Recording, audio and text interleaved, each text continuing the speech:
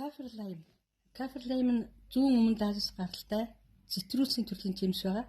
За жимсийг нь ихэвчлэн Тайланд, Лаосын хоолнд хэрэглэдэг бол навчийг нь Вьетнам, Камбожийн хоолнд хэрэглэдэг.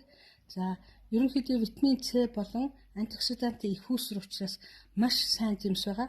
За ер нь жимс нь янгийн эсрэг үйлдэлтэй тул маш олон төрлийн өвчнөд хэрэглэдэг. Батга металсны өвчнөд хэрэглэн. За түүнээс гадна бактери, вирус, мөгөнцрийн эсрэг үйлдэлтэй болохоор зэрэг ханиад, элдв янзын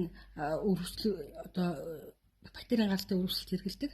За мөн түүнчлэн найрлууд нь витамин С, кальц, магний, фосфор, калиум, цитронил зэрэг антиоксидантууд байдаг учраас хор тавдар үүсгэхээс сэргийлдэг. Түүнээс гадна хор тавдрын эсийн өсөлтийг сайжруулна, архаг өрөвслүүдээс сэргийлдэг. За мөн түүнчлэн лимонон, терфенин гэдэг флавоноидууд нь бол хор тавдрын эсрэг, өрөвслийн эсрэг нөлөөтэй байдаг.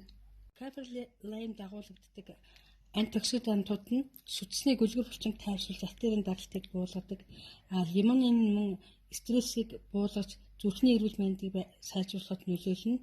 За нянгийн эсрэг үйлдэлтэй. За тэр ер нь бол Остин Техасын их сургуулийн эрдэмтэд амны хүндэд байдаг маш ихээр олддог Streptococcus mutant, Propionibus gingivalis гэсэн хоёр төрлийн бактерийг ялгаж аваад энэ лаймны шүүсийг хийж үзэхэд ерөнхийдөө тэдний эсрэг үйлчлээс учраас энэ лаймын хандаар шүдний ам зайлх зэрэг олон хэлбэрээр ашигладаг. Өөрөөр хэлэх юм бол бидний амны хүндэд байгаа тэр био хайлсан үүсгэгчдэг юм байна.